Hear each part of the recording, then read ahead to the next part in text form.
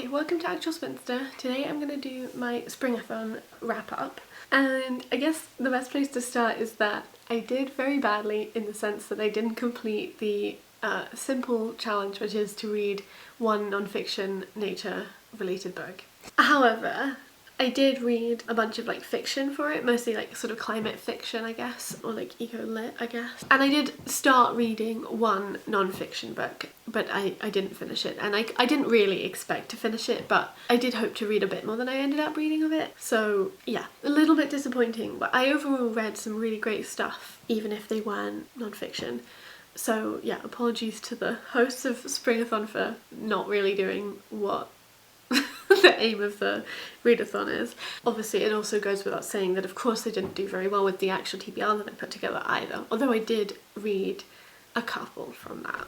So the first book I read was Terenellius by Claire G. Coleman, and this is I would describe it as a kind of a literary speculative book. It feels very compulsive and is very vivid and quite difficult. It's about the colonisation of Australia, and it kind of starts with this man called Jackie, who's running, I guess he's a man, but I don't think we ever really know his age, but he's pretty young, I think, even so. And he's called Jackie, and he's running away.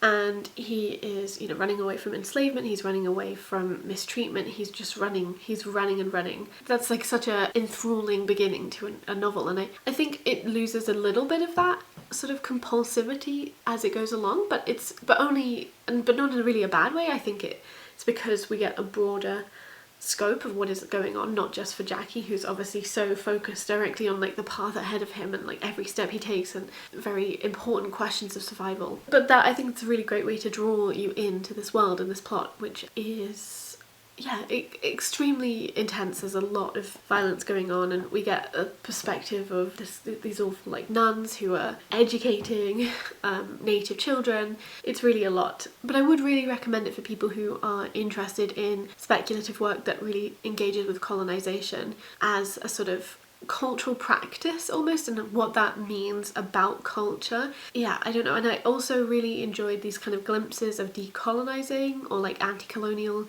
sort of action within that, and how at one point I felt like there was this insistence that kind of like pleasure is one way for decolonization to happen, and also ultimately just a refusal. Like Jackie's running is very much just kind of like, at this point all I can do is refuse, and so I'm going to. Yeah, I think it's very powerful. I'm not sure if I can explain it particularly well, but I really enjoyed how the novel kind of holds space for sameness and difference in the same breath, at one time kind of acknowledging that difference is extremely sort of important and integral, both in terms of oppression but also in terms of liberation and sort of liberatory interpersonal dynamics, especially, or just interpersonal dynamics, not necessarily liberatory ones, but also how sameness is obviously a part of that, and there is a kind of core sameness. There is a core sameness, really, but at the same time I think people can kind of fetishize that sameness in a way that like completely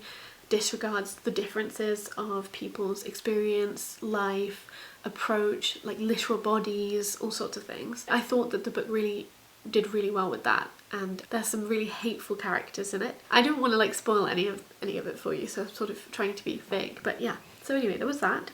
Then I finally read The Gracekeepers by Kirsty Logan, which, yeah, was like a booktube fave like 5 years ago, so obviously, as usual, I'm very belated. And this is, I think, whereas Terenellius was less kind of directly well, I mean, it did touch on, I guess I thought Terenellius would really speak a bit more to climate change, I guess, to like the land aspect of, and it does a bit, but just not as much as I thought it would, I guess. But it is, I mean, the setting is very vivid. It's such a kind of intense and like heightened space because of how hot it is. But anyway, that wasn't the point. My point is, I guess I felt like the Gracekeepers kind of more directly engaged with like current day fears and experiences of and proximity to ecological collapse and flooding, especially specifically flooding, because this is set in a kind of sunken world where there are places where lots of people are always kind of living on boats, and they occasionally might stop at islands or something, but generally and they're called damplings. There's another word for the people who live on the earth, on the land, and there's a hierarchy in that. Like damplings are considered lesser because of, or at least according to the people who live on the land, because they don't live on the land, because living on the land is more of a wealthy position, having access to land or having ownership over land. That's connected with like familial stuff generally, but also connected with wealth. So yeah, there's, you know, this hierarchy that goes into it. And basically the main two kind of focal points of the story are, oh no, now I've forgotten their names. North, who is a bear girl in a circus, which means she has a bear, and they do tricks together, they perform these routines. And Callanish, she is a grace keeper, which means she's not a dampling, but she doesn't like live on land with other land dwellers, I mean, because she is sort of a steward for funeral rites, basically. So people come to her with a body, and they also come with kind of forms of payment that aren't generally money, like food or cloth or whatever, and then she buries them in the sea. And then part of that is there are these graces. We don't get that much description of them, but they're birds, and they sort of are, it seems like at the points where people are put into the earth, their cages get sort of fastened, and then when they die, that marks the end of the mourning period for the person who has passed away. Yes, I would say that if you're not comfortable with sort of reading about animal death, then this is probably not a great book for you to read. I don't think it's done in like a cruel way, but it is sort of like a fact of their life, these graces dying, and I think that's very interesting. This is just gonna be like an emo and just be like, well, I am fascinated by death. I'm not fascinated by death, but I am really fascinated by like what people do to cope with death, or what people do after people have died, I guess. I think funeral rites and, you know, yeah, just kind of like how people mark death can be really interesting and can like show you quite a lot about like them and what they believe and where they think emotions go, and also bodies and souls and things like that, but also just like who they kind of rely on to do the death work. And that is something that I thought about a lot. So I read Nights at the Circus by Angela Carter 2 years ago now, and I wrote this essay, and part of that essay was about like workers who work in close proximity to death, either because of the dangerousness of it or because their work is literally like being dead. So somebody who's pretending to be a ghost, for example. And I felt like this book was very much in line with a lot of the stuff that was explored in that book, and so that sort of made me enjoy it more, including the circus aspect as well. And obviously, and you know, North is pretty close to death all the time, even though, you know, she loves her bear and stuff, but her bear is also this force of potential violent energy. Yes, it's just lovely, and it has, again, I don't really want to spoil it for you. Near the very beginning we learn that North is pregnant, and that's sort of one of the main conflicts, I guess, or like issues within the book. I loved how that was written about. I loved it all. I just loved it. It has a lot of things that I would love, including like water and the sea, and then also including kind of pregnancy, but also like in this kind of very queer way, and sort of a focus on mothering and care for like found families too, and yeah, just it's lovely stuff. And I do think that people who like Saltfish Girl might like this. It's a bit less kind of weird in a way, although it is also kind of weird, but there is something kind of oozy and flowing about it that Saltfish Girl kind of has too. And, you know, especially with Larissa Ly's like interest in reproduction and kind of reproductive queerness, I guess. Although I didn't finish it, I did read Hope Against Hope, Writings on Ecological Crisis, I think is the subtitle, by the Out of the Woods collective. I read like the introduction, and I read a couple bits from inside. I have also read some of the articles before. They have been re-edited for the collection, and I specifically remember a lot the disaster communism one, and so I was kind of reading stuff through that lens already. I would really recommend, even though I haven't read all of it, I would still really recommend this book if you're interested in climate struggle and disaster communist frameworks and frameworks against state and against capital. I think it is written in a particularly academic style. I think after a while you can kind of just sink into it as like a form of, almost a form of dialect. But yeah, I can understand also if that puts you off from reading it. I don't know, if you have read it and or have been confused, like, you could message me and we can try and talk about it. Obviously I don't know if I would understand everything either, but I will be reading more from it. I just think I also kind of will be reading it in like increments. I don't think I'll be reading it like in one go. The next book I read was The Abyss Surrounds Us by Emily Skritsky, which is a YA book about Cassandra, who is a reckoner trainer, or training to be a reckoner trainer. And reckoners are these like large genetically engineered sea creatures made from like whales, turtles, and like turtle type things, octopus.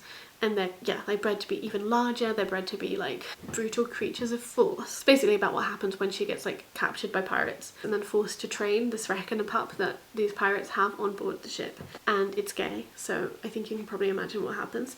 And it's extremely predictable, so even if you can't imagine it, you'll just know what happens. But I thought it was very enjoyable. I really just had a lot of fun reading it. I read this in a try a chapter tag a little while ago, and although it loses some of the like focus I thought was really fascinating about kind of like birthing these reckoner pups and like the kind of gooey mess of like birth and gestating these creatures, it doesn't lose all of that, and there are some direct like connections made between like the work that Cassandra does and mothering itself. So I really like that. I'm almost like interested in writing like fan fiction of this, but maybe focusing more on somebody who like works in a lab and makes these reckoner pups and kind of births them. And a bit like the Gracekeepers, this is in a kind of sunken world. There are people who live on, well, are there people? Yeah, there must be some people live on land, but only a few people do, and everywhere else is kind of more separated, partially made into islands. And then also there are these pirate ships who go around causing havoc, and so reckoners were created to protect non-pirate ships from traveling around. There was like a cruise ship, but there were also some like cargo ships that are happening, and yeah, the reckoners kind of bond with a specific ship and are trained to protect it. I think when some of the sort of ethical or moral explorations in this book, very flawed, just don't quite, like, they don't have a robust enough sense of what violence is to even begin to sort of have this kind of shift of morals that Cassandra kind of somewhat goes through, partially because of the pirates around her. It's very predictable and silly, but I really enjoyed reading it. It was like this lovely retreat from my PhD applications this month. And then lastly, I tried to read Lanny by Max Porter, and I just didn't care at all. I read Grief is this thing with feathers, and it was fine. Like, it wasn't amazing, it was fine. And then yeah, following this, I just didn't care. Like, I did not care. Yeah, I'm afraid like his writing doesn't capture me in any capacity, and I don't even think it's particularly like poetic or interesting or you know, creative. Like, it's fine, you know. That's a shame. I know that there's like a sort of the perspective of a tree in this. Like, I mean, I read, you know, a bit of it, so, which is always something I'm really interested in, but yeah, no, it just didn't. It wasn't worth keeping going, which is a shame, but there we go. So yeah, those are all the things that I read for Springathon, mostly climate fiction, and I would love to know how your Springathon went, and if you read anything, and if you did much better than me at the whole non-fiction part. I will talk to you when I next talk to you. Bye!